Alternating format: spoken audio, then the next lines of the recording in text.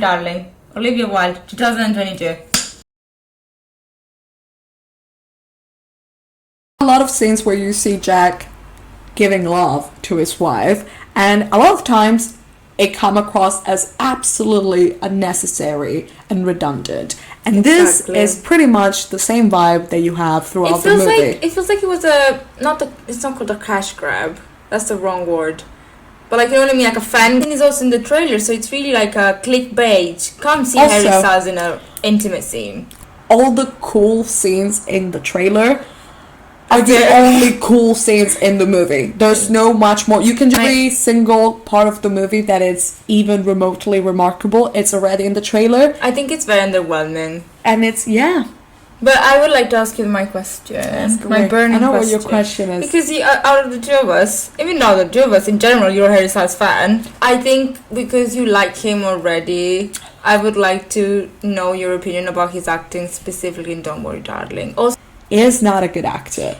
And I was worried because everybody was speaking about his very poor acting abilities. I was worried that it would influence me going into the film, so I tried to keep an open mind, and I really, really tried to give him a chance. Oh, God knows. But it's really giving GCSE acting. It's giving fake acting. It's giving I'm acting because I'm acting. You can tell he's acting, and you don't want that in a movie. Look, it's not someone who has fully developed his skills and is an actor. It feels like someone who's still practicing acting and is sort of like giving his best try. I don't think he's a good actor. I'm sorry. And I don't think so. If you start out as an actor, especially coming from such like a big career, just aim lower. I'm sorry. It's not like bad. It's not like unwatchable, but I think he could do the Noah Centineo rom-coms. Yeah. That's the acting level. Do Noah Centineo shit. Do To All the Boys That I Love. Why is yours, in a way, acting debut? Because he did One Line in Darker. Why is it opposite Florence Pugh? Like, that's not a smart idea, even if you were a very good actor, which he's not. And I think, as much as I do love Harry Styles, and I think very little knowledge about the man, I don't know him personally, but from what I can tell, it seems like a genuine nice person. It still feels a bit pretentious and a bit ambitious of him to, have his acting debut opposite to someone who is so much more talented but also experienced than him. It feels like he might have taken way of a big jump. Don't Worry Darling, it's not a good thriller. I think it's attempting to be a thriller. I think so, yeah. It's not a good thriller. I think it's attempting to be a dystopic thriller. And I'm going to tell you why. I'm going to give you my two biggest takes on why this movie doesn't work. Okay. The first big one, like a biggie, the twist, this big reveal that is supposed to come at the end, couldn't be less satisfying than it is. It's not a matter of whether it's predictable or not. It doesn't really matter because there's only so much you can do creatively to turn something into an original, groundbreaking, nuanced story. Yeah. But it's just the way it's executed, and I think that's the word, that's the key word. The way it's executed is so not satisfying. I agree, because I keep telling this to everyone. What bothers me about Don't Worry Darling is that it's fairly enjoyable, and I have nothing against films with no pretenses. Like, I really enjoy them. Yeah. I don't think they are of any less value because they're not, intellectually stimulating or challenging. Well, my problem was with Don't Worry Darling is that I left the cinema thinking this could have been so much more. Like, you had... Most of the actors were really good. You had the premise. The premise was like a 10, and the execution was a 4, a 3. Yeah, generous. The execution is so poor. It's done so poorly that by the end, you don't even remember the plot. You don't even remember why, like how the hell they kept you like 2 hours sat down watching this. I was like, this is kind of mean, but I was genuinely like kind of laughing in the Harry Styles scenes, like what the dramatic scenes where Florence Pugh is giving like the performance of her life, and Harry Styles is just being like, I'm sorry, saying like there's no inciting incident. That's my second big problem with Don't Worry Darling. In any thriller, not in every thriller, in every fucking movie, there is an inciting incident, right? You have an equilibrium, and you have something disrupting that equilibrium, which, puts the story into motion. There's the drive of the story, and then you have a resolution, which is the second sort of like turning point of your movie. It's like 3-act structure. Right? And it's sort of unfolds and develops for whatever is the story, like what was supposed to be the end. And here, you don't have a big you don't have a disruption of the equilibrium. And you see these people, this housewives, right? The housewives of the Victory community, they're happy being housewives. They're generally happy cooking, cleaning, and making dinner, waiting for the husbands to come back, which there's nothing wrong with it. Like, they're honestly, like that now, no problem and no shame in enjoying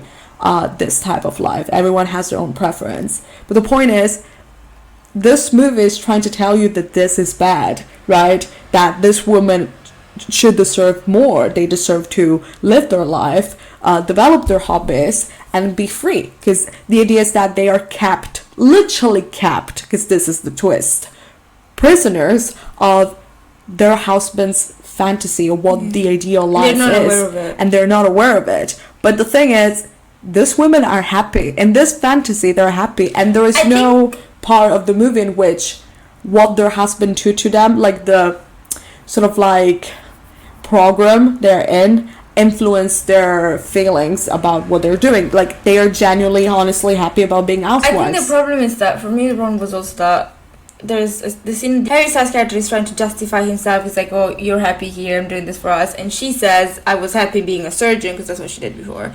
And it's like, I understand what they're trying to say, but you've never shown me that she's happy being a surgeon. She's just saying it in the last scene of the film. Exactly. Like, show it to me so that I care that she's not doing what makes her happy anymore. The inciting incident should have been her, in this fantasy world, not enjoying being an housewife. And sort of like questioning why the hell she's in this life. Questioning how did it come about, like, all of this. Why did she choose to have this life? That I heard by someone at the film festival, so if you told me this and you're watching, hi. And he told me that there's different versions of, like, the previous scripts and drafts of the Don't Worry Darling. So that's really interesting, and there's different drafts, and he was telling me about this one, which was, I think, one of the first, where the first, because it felt a bit slow to me, and I think that explains why, because it wasn't like that. So the big end, at the end of the film, was pushed back to the second act. So that was the midpoint, was the end of the film. Not the end, but like her figuring it out. And the rest of the third act is her pretending everything is okay and trying to get in contact with other women to like make them realize what's happening and free all of them. And that's how the movie ends. And that would have been much better. I know. And I wish I watched this movie. I know, right? Because I feel like they thought, oh, the big twist has to be at the end. I also felt like, because we talked about plot holes, I felt like there are a lot of they wrote a film in order to inspire curiosity and be like, oh, what the fuck is going on? And then they were like, oh, actually, we need a twist. So they wrote the twist, but they didn't go back to check if all the things they put in made sense with the twist. Because most of them don't. The acting, it's plain. The fact that when she goes into a bath and she looks at the mirror... The mirror looks like her reflection still looks back at her. The earthquakes. Oh, the plastic thingy where she tries to kill herself. Because I thought at first something that would be was like they're testing for a nuclear thing, because nuclear testing causes earthquakes. So at first I thought it's like what Jax wants to do is like rule the world with nuclear power. Frank. And then Frank, I meant. Sorry. Frank Chris Pine. Chris Pine, I thought he has this big mission, and that's why he doesn't want people to find out or get out of the Victory Project. And I thought he had a way of like rewiring the women's brain, because he thought that they would keep the husbands happy and working for him. Anyway. That would have made amazing. Right? That would have made an amazing movie. My other big problem with Don't Worry Darling is that... So... I think we talked about this, but my big problem is that it feels like, I know that logically it's not true, but it feels like there's no stakes for Chris Pine.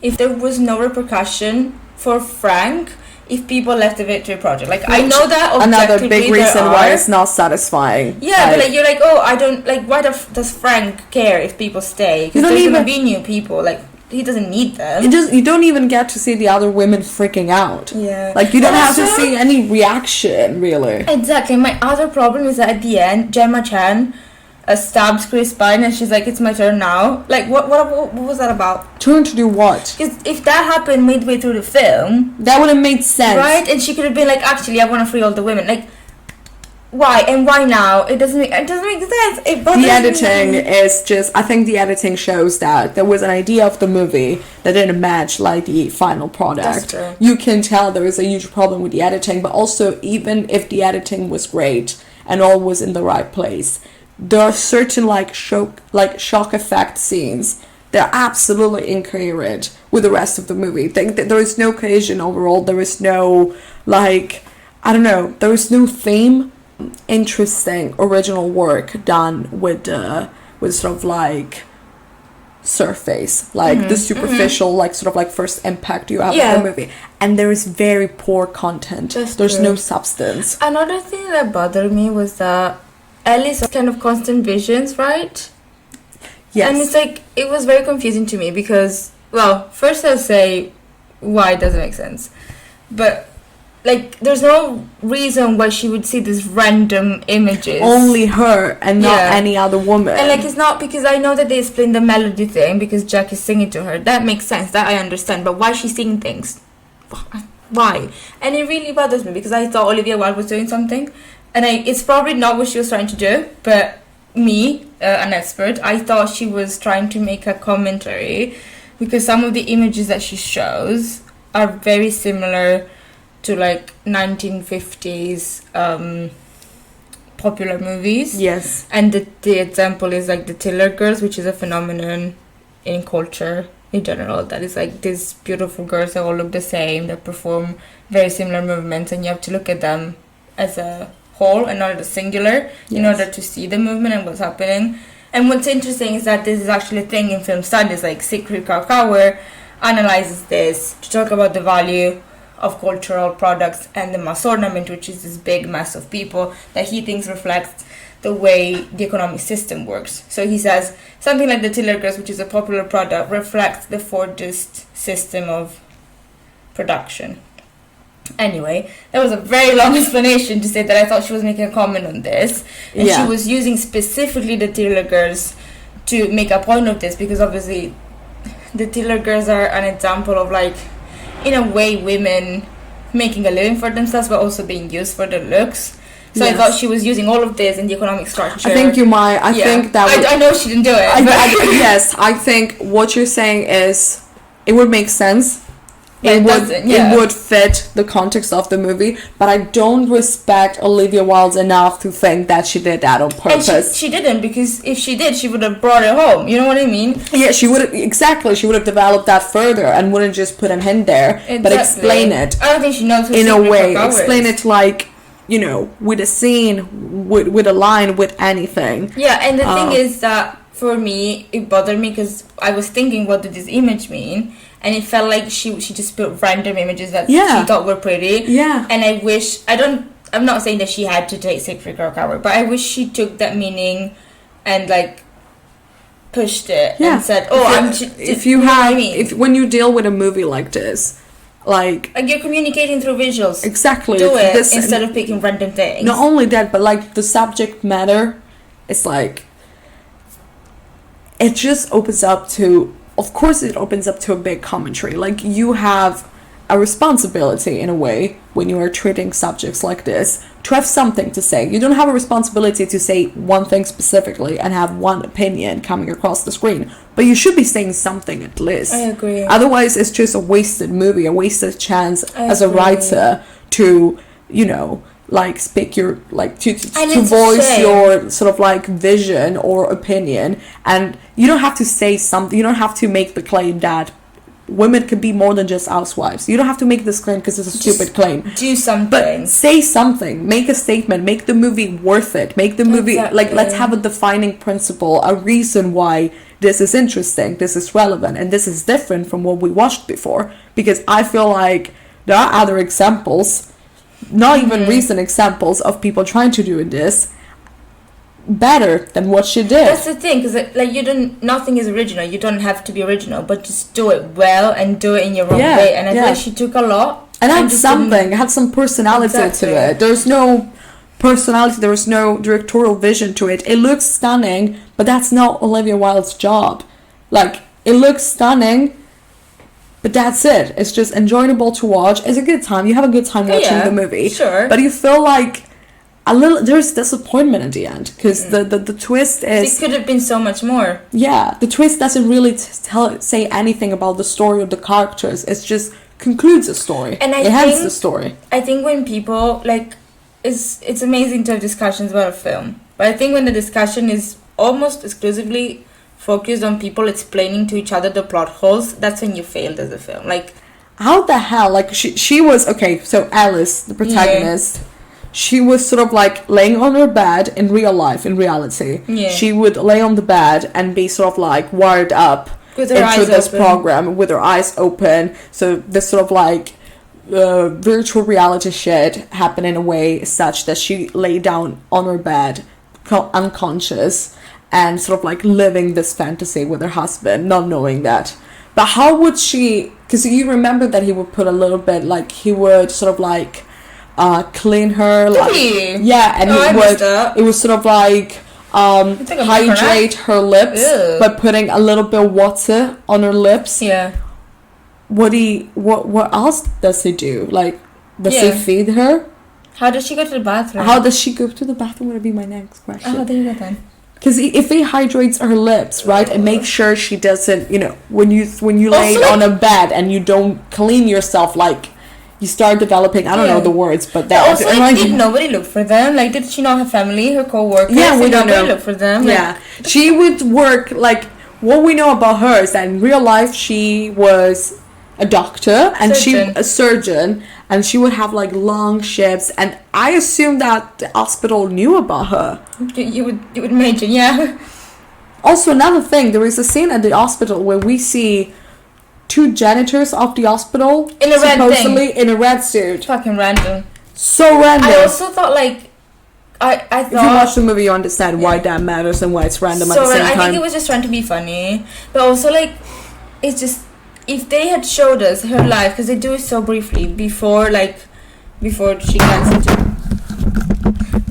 gets into this Victory Project kind of thing, I think if they had showed that... it would have made so much more sense for us to be upset when we see her, like, stuck in the Victory Project. Oh, yeah.